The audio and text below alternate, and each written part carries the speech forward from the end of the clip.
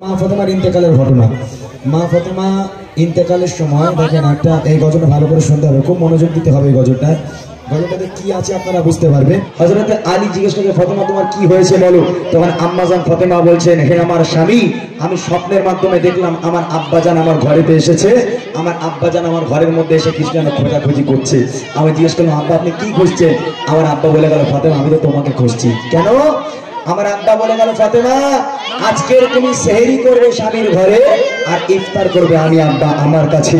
আজকে আমার আব্বা যেন আমার মৃত্যুর সংবাদ দিয়ে গেল, আজকের সেহরি আমি আপনার ঘরে করব, ইফতার কিন্তু আমাকে আব্বার কাছে গিয়ে করতে হবে, আমি আপনাদের থেকে বিদায় নেব। তো ফাতেমা ওই জন্য এত কান্না কেঁদেছিল, জ্বর চলে এসেছিল। দেখেন ফাতেমার ইন্তেকালটা, মৃত্যুটা কিভাবে হয়েছিল কবি লিখছে শান্তির মাধ্যমে। খোদার কুরআন বলে ওরে চিরদিনের তরে নয় এ জীবন, তোমার হবে মরণ তাকে করো স্মরণ, তোমার হবে মরণ তাকে করো স্মরণ, আমল মিলে আর কে হবে আপন। খোদার কুরআন বলে ওরে সংসার চিরদিনের তরে নয় এ জীবন, তোমার হবে মরণ তাকে করো স্মরণ, তোমার হবে মরণ তাকে করো স্মরণ, আমল মিলে আর কে হবে আপন। খোদার কুরআন বলে ওরে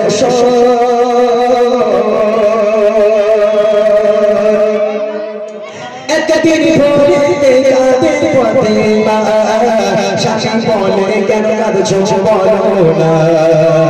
একদিন ভোরে কাঁদে মরণ আমায় করেছে আমন্ত্রণ। খোদার কুরআন বলে ওরে সংসার চিরদিনের তরে নয় এ জীবন, তোমার হবে মরণ তাকে করো স্মরণ, তোমার হবে মরণ তাকে করো স্মরণ, আমল বিনে আর কি হবে আপন।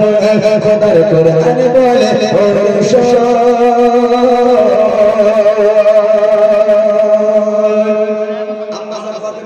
আমার প্রাণ প্রিয় স্বামী, আমি আপনাদের ছেড়ে দূরে চলে যাব, আমি ফাতেমা আজকের ইন্তেকাল হয়ে যাব, আমি ফাতেমা মারা যাব। আচ্ছা আমার মায়েদেরকে এরকম আগে থেকে খবর দেওয়া হবে? যে সমস্ত মায়ের এখানে বসে আছে, ধরে না আজকে রাত্রেবেলা কারণ মৌত হবে, মৌতের কোনো গ্যারেন্টি নেই, কুল্লু নাফসিন যায়কাতুল মউত, প্রত্যেককে মরতে হবে। তাই আজকে যদি কোনো একজন মা বা আমি আমার কথাই ধরেন, আজ আমি ইন্তেকাল হয়ে যাব, বাড়ি যাওয়ার আগে আমি ইন্তেকাল হয়ে যাব, আমি কিন্তু জানি না যে আমার ইন্তেকাল হবে কিনা। তবে আম্মা জান ফাতেমা আগাম খবর পেয়ে গেল, হে স্বামী আমি সেহরি করব আপনার ঘরে আর ইফতার করব আমার আব্বাজানের কাছে, এই জন্য আমি আপনাদের ছেড়ে চলে যাব, বড্ড কষ্ট হচ্ছে, ওই জন্য আমি কান্নাকাটি করছি। তাই কবি লিখছে দেখেন, একদিন ভোরে কাঁদে ফাতেমা, স্বামী বলে কেন কাঁদছো বলো না। বিবি বলে স্বপ্নেতে মোর পিতা এসে শোনালো বিদায়ের কথা, আমায় করেছে আমল। খোদার কুরআন বলে ওরে সংসার চিরদিনের তরে নয় এ জীবন, তোমার হবে মরণ তাকে করো স্মরণ, তোমার হবে মরণ তাকে করো স্মরণ, আমল বিনে আর কে হবে আপন। খোদার কুরআন বলে ওরে মাসুম বাদশা ইমাম হাসান ইমাম হুসাইন নানা জানের রওজার দ্বারে খেলা করছিল, নানা জানের মাজারের দ্বারে খেলা করছিল। হঠাৎ করে গায়েবী আওয়াজ এলো, ও হাসান ও হুসাইন তাড়াতাড়ি করে বাড়ি চলে যাও বাবা, তাড়াতাড়ি বাড়ি চলে যাও, তোমাদের মাকে জননীকে শেষবারের মতো প্রাণ ভরে তাড়াতাড়ি গিয়ে দেখে নাও, তোমাদের মাকে তোমরা আর কখনো পাবে না, তোমাদের মা তোমাদের থেকে বিদায় নেবে। ইমাম হাসান ইমাম হুসাইন দৌড়ে দৌড়ে দৌড়ে দৌড়ে গিয়ে জননীকে জড়িয়ে ধরে আশার মায়ের কাঁদতে লেগে গেল। তারপর দেখে নবী বলে ও হাসান হোসেন দেখে নাও তোমার মাথা, তাদের লাগে ব্যথা শুনে এমন কথা, তাদের লাগে ব্যথা কেঁদে ওঠে মাসুমের দুই নয়ন, কেঁদে ওঠে মাসুমের দুই নয়ন। খোদার কুরআন বলে ওরে সংসার চিরদিনের তরে নয় এ জীবন, তোমার হবে মরণ তাকে করো স্মরণ, তোমার হবে মরণ তাকে করো স্মরণ, আমল বিনে আর কে হবে আপন। খোদার কুরআন বলে ওরে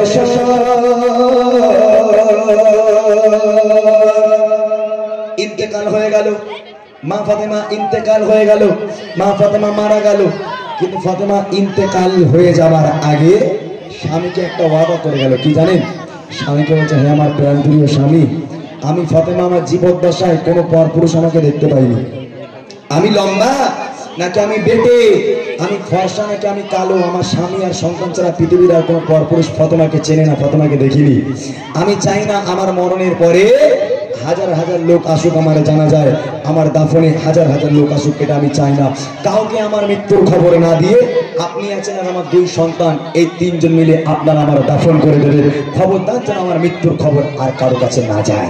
এই কথা বলে মা ফাতেমা ইন্তেকাল হয়ে গেল। এবার হযরতে আলী, মা ফাতেমাকে কাফন পরানো হলো, খাটিয়াতে শোয়ানো হলো। খাটিয়ার পায়া কটা? এটা আওয়াজদার, খাটিয়ার পায়া চারটে। এখন চারটে পায়া ফাতেমাকে খাটিয়াতে শোয়ানো হলো। একদিকে ধরেছেন হযরতে আলী আর দুই দিকে ধরেছেন দুই সন্তান, তিনজন, আর একটা পায়া তো বাকি আছে। ওই একটা মানুষ যদি না হয় তাহলে কি খাটিয়াটা উঠবে? খাটিয়া উঠবে না। তখন মা ফাতেমা বলে গেছে কি, যে আপনি আর আমার দুই সন্তান মিলে আমার দাফন করে দেবেন, যেন আর বাইরের কোনো মানুষ না জানে। চিন্তিত কি করে খাটিয়াটা উঠবে। হঠাৎ করে হযরতে আলী দেখছেন দূর থেকে দৌড়ে দৌড়ে আসছেন হযরতে আবু যার গফারি। তিনি দৌড়ে যখন এসে আর একটা খাটিয়ার পায়া ধরেছেন, তখন হযরতে আলী জিজ্ঞেস করছে, ভাই আবু যার, আমি তো তোমাকে খবর দিই, তুমি কোথা থেকে খবর পেলে? তখন আবু যার বলছে, ভাই আলী, আমাকে গাইবী তরফ থেকে খবর দেওয়া হয়েছে, আর দেরি করো না, তাড়াতাড়ি করে খাটিয়া ধরো, চলো ফাতেমাকে দাফন করতে হবে।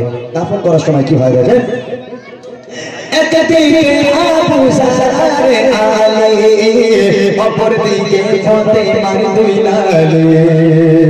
আবু যার গফারি আগে যায় চলে, গিয়ে কবরের মাটিকে বলে, কবরের মাটি তুমি হাসান হোসেনের মা। কবর বলে আমি কাউকে চিনি না, যদি ভাই আমলের খাজানা, বলে ঈমান তাজা হেতায় পাবে মজা, বলে ঈমান তাজা হেতায় পাবে মজা, বিছিয়ে দেবো জান্নাতি আসন, খোদার কোরআন বলে ওরে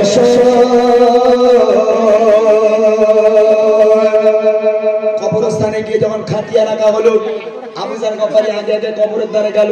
কবরের ধারে গিয়ে কবর কেটে বলে, এই কবর, তোর মধ্যে কাকে রাখছি তুই জানিস? এই কবর, তোর মধ্যে আজকে যাকে রাখছি সে হলো জান্নাতের রানী ফাতেমা। তোর মধ্যে যাকে রাখছি সে হলো বিশ্ব নবী হযরত মুহাম্মদ মুস্তাফা সাল্লাল্লাহু আলাইহি ওয়াসাল্লাম, তার বেটি কলিজার টুকরা ফাতেমা, হাসান হোসেনের মা হযরতে আলীর পত্নী।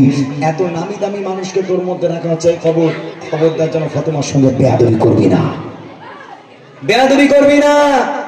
তখন কবরের জবানকে আল্লাহ খুলে দিল। কবর থেকে কি আওয়াজ আসছে জানেন?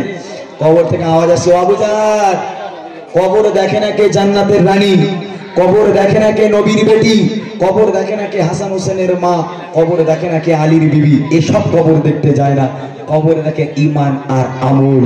ফাতেমার যদি ঈমান আমল ভালো হয়, কবর ভালো ব্যবহার করবে। আর ফাতেমার যদি ঈমান আমলে ঘাটতি থাকে, নবীর বেটি ফাতেমাকেও কবর ছাড়বে না। কি বুঝলেন? এখানে আমার অনেক মায়েরা বসে আছে, জানি না এই গজলটা তাদের কান পর্যন্ত পৌঁছেছে কিনা, তারপরেও বোঝাতে পারলাম আপনাদেরকে যে কবর ফাতেমাকে এই কথা বলে, সেই কবর আমার মায়েদের সঙ্গে কি করবে? হ্যাঁ, যে কবর নবীর মেয়ে ফাতেমাকে চেনে না, যে কবর জান্নাতের রানী ফাতেমাকে চেনে না, সেই কবর আমার মায়েদের জন্য মানে ভালো ব্যবহার দেবে বলে মনে হয় আপনাদের? হ্যাঁ, একটা স্মরণ করতে হবে, তাই কবি বলছে, একদিকে আবু যার আলী, অপর দিকে ফাতেমার দুই লালী। আবু যার গফারি আগে যায় চলে, গিয়ে কবরের মাটিকে বলে, ও কবরের তাজা হেতায় পাবে মজা, পিছিয়ে দেবো জান্নাতি আসন, খোদার কোরআন বলে ওরে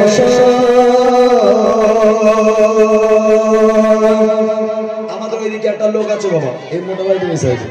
ওই লোকটাকে যদি কেউ জিজ্ঞেস করে, ভাই তুই তো নামাজ কালাম জীবনে পড়িসনি, রোজা রাখিসনি, তা তোর কবরের ভয় নেই? তুই জানিস কবরের আযাবটা জানিস কিভাবে ফেরেশতারা এসে তোকে মারবে জানিস? ওই লোকটা কি বলে জানেন? ওই লোকটা বলে, যখন ফেরেশতারা আমার মারতে আসবে, তখন ফেরেশতাদের বলবো, ও ফেরেশতা আবার মারতে এসে কিন্তু দুজন মেরে গেল, আবার মারতে এসে একটু রেস্ট দাও আমাদের। তাহলে ভাবেন একবার, এইরকম লোক দুনিয়ার বুকে আছে যাদের কবরের কোনো ভয় নেই। ওই জন্য আমার মায়েদের উদ্দেশ্যে বলবো, মায়েরা এখনো পর্যন্ত সাবধান হয়ে যান। এই মাহফিলটা করার উদ্দেশ্য হলো আল্লাহ পাকের রহমত বর্ষিত হবে এবং গ্রামের মানুষ দ্বীন ইসলামের কিছু কথাবার্তা শিখবে। ওই জন্য এত অর্থ ব্যয় করে এই মাহফিল দিতে হয়। আজকের যদি ফাতেমাকে কবর এই কথা বলে, এখান থেকে বাড়ি যেতে যেতে ভাববেন, বাড়ি গিয়ে বিছানায় শুয়ে শুয়ে ভাববেন যে কবর ফাতেমাকে চেনে না, সেই কবর আপনাকে কি করে চিনবে? একটা বার ভেবে তওবাটা করতে হবে। শেষ কথা কবি লিখছে থাকে, যে কবর ফাতেমাকে চেনে না, মামুন কি হবে তোমার বলো না। দুনিয়ার লোভ লালসা দাও ছেড়ে, এবার এসো খোদার পথে ফিরে। বলি আমি ইমরান, শোনো মোর আমি চাই। বলি আমার ইমরান, শোনো মোর আমি চাই। জীবন বড় মা ফাতেমার মতো, জীবন বড় মা ফাতেমার মতো। খোদার কোরআন বলে ওর সংসার চিরদিনের পরে নয় এ জীবন। তোমার হবে মরণ, কাকে করো স্মরণ। তোমার হবে মরণ, কাকে করো স্মরণ। আমল বিনে আর কে হবে আপন। খোদার কোরআন বলে ওর সংসার, খোদার কোরআন বলে ওর সংসার, খোদার কোরআন বলে ওর সংসার।